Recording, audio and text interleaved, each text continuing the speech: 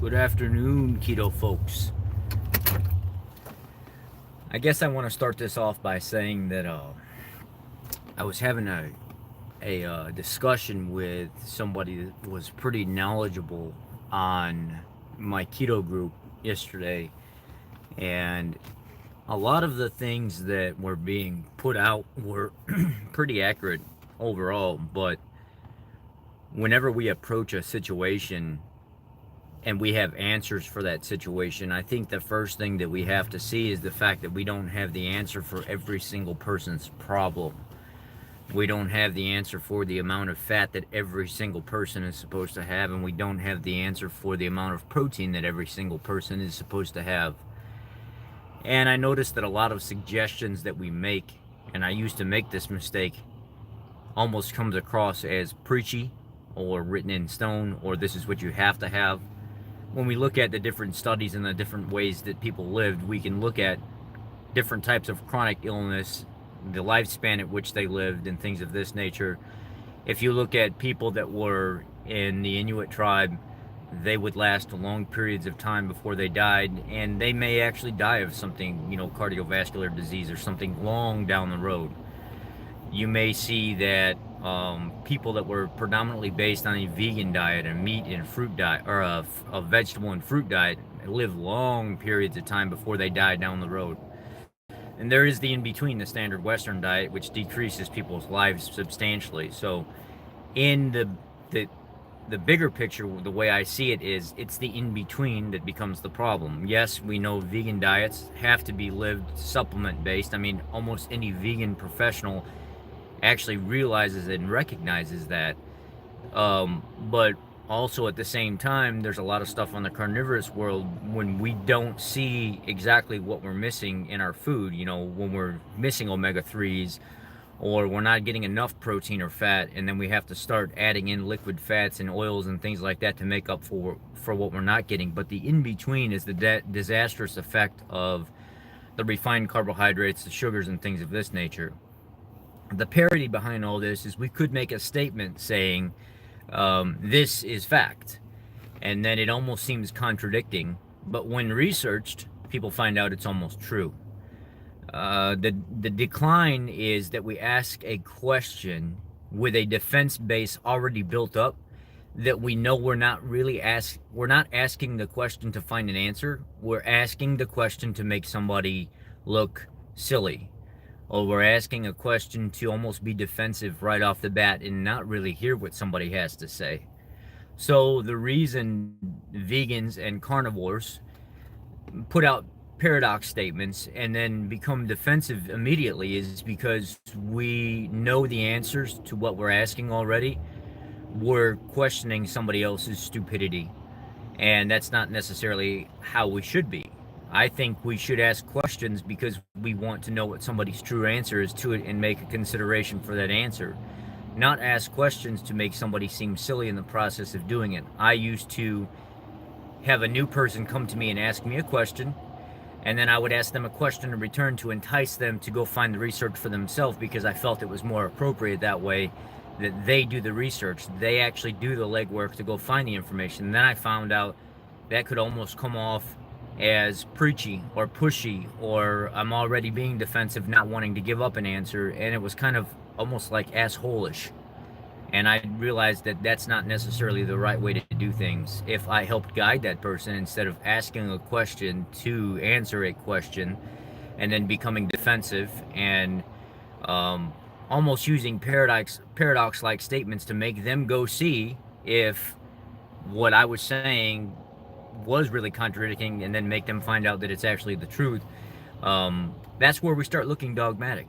And I find that a lot of the vegans and the carnivores and stuff in general approach situations in a defense mechanism instead of being open-minded. And instead of coming to it and saying, hey, I've got a question, I honestly want to hear your answer to this, and let's see what's going on with, maybe we can compare information. Maybe I can learn something from you that I haven't learned. Over the last week, I've been really paying attention to the way people communicate with each other in general when they ask nutrition questions. And they almost ask the questions because they already have an answer for it, and they're already wanting to tear somebody down before they give the answer. It's this thing that we have built up in us to think that we have the ultimate answer and the ultimate power for everything when we really don't. In the grand scheme of things, we only know a very small portion of what's going on in the nutrition world. If we would have looked back 10 years ago at the recommendations that were put out about keto, things have changed substantially. You know, back then you may have thought that you needed more fat or less fat. Now they're saying it's like 0.3 grams minimum per body pound is about equivalent to what a person should have. Well, if a person's 400 pounds, they've got a ton of body fat, they don't need that 0.3 pounds. But again, that comes from a speculation standpoint. That comes from somebody that doesn't have the ultimate answer for that. Somebody asked me the other day, I was talking to a vegan girl. It's going. I want to stay in my message here, and then I'll let you know how it's going at the end, if you stay long enough. I was talking to a vegan girl that wanted to know more about what I was doing, and she was really receptive to what I had to say. She asked questions without being defensive. She asked questions honestly looking for answers.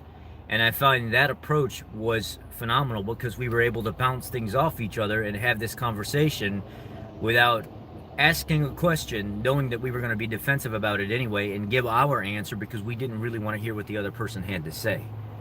This communication went on between me and her for about 25 minutes, and it was a phenomenal conversation because we honestly wanted to communicate.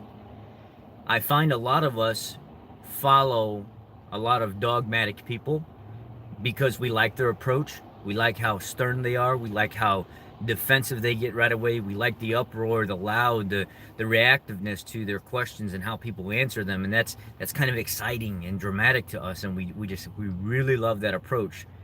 We're creating this atmosphere of dogmatic behavior in the process of doing that because we're supporting people that already do that. Now, I'm not telling you what to go do. What I'm telling you is this is a lot of the reason why the world thinks that the carnivore and the keto community and even the vegan community in general are so dogmatic in their approach, because we don't know how to communicate with people. We don't know how to talk back and forth and ask questions and really understand what somebody has to say and why they think what they think. We ask questions to humiliate somebody. We ask questions and give statements to make somebody seem or retract from their knowledge or seem like they're less knowledgeable. Maybe that person figured out what worked for them. It doesn't work for everybody else, but that's where they get their answer from. Maybe they studied Ivor Cummins for a little bit and they got some answers from him that, you know, another doctor or another professor or scientist or somebody didn't say, but that bit of information that Ivor Cummins came up with worked for that particular person. You know, there is no 100% right or wrong answer when it comes to this stuff because we simply just don't have the absolute 100% technology to say this is exactly how it works. I went for long periods just reducing my calories in general and just eating a standard Western diet, never gained any weight, never had any inflammation in the body build up, but then I went full blown eating every single meal of standard Western diet and felt like crap.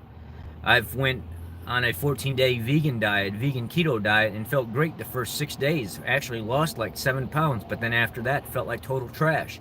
My body just wasn't adapted to that lifestyle, and it was rejecting what I was doing.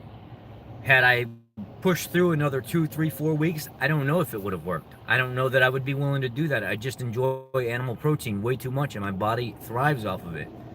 I went on a strict beef, water, and no salt and butter for long periods of time.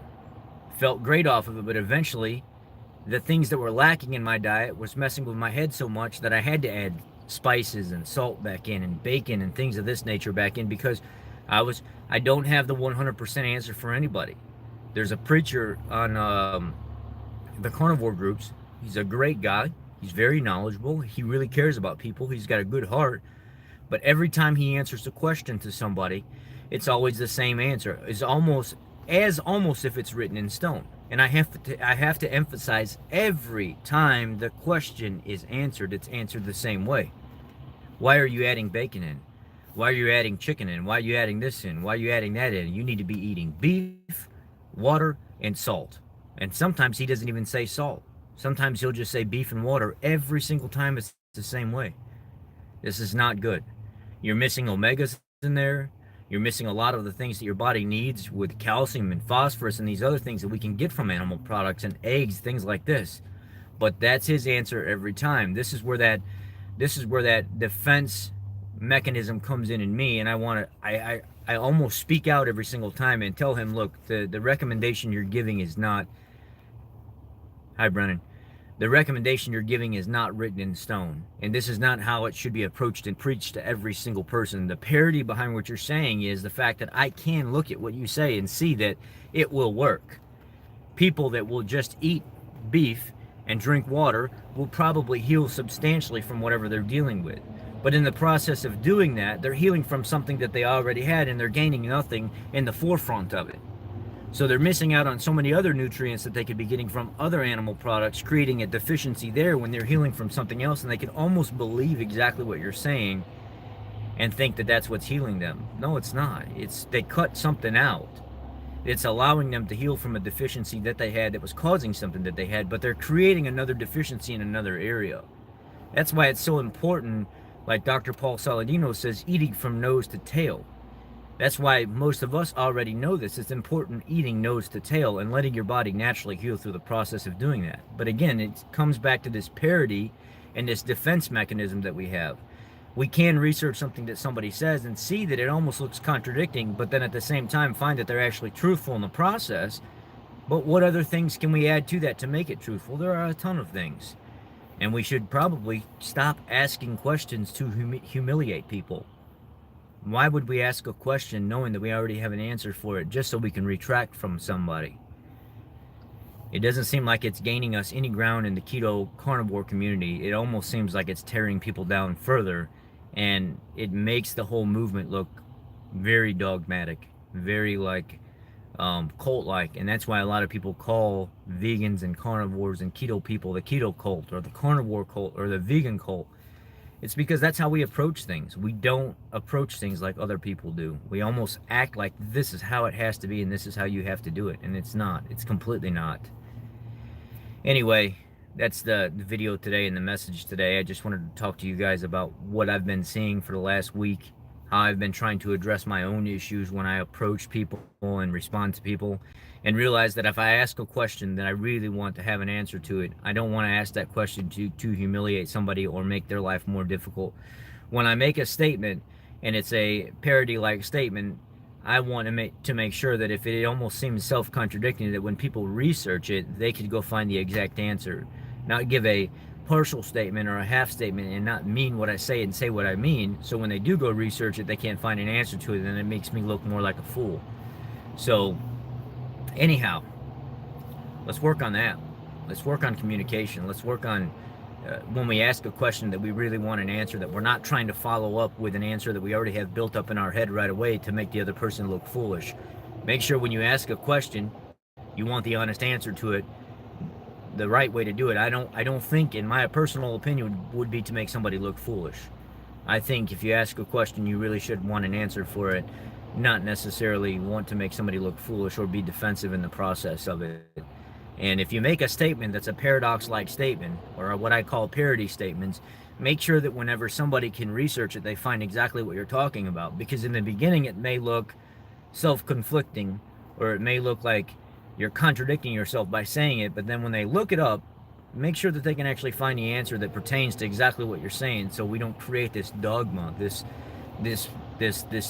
information base that almost seems false. All right, guys. Hope you all have a blessed day. Take care.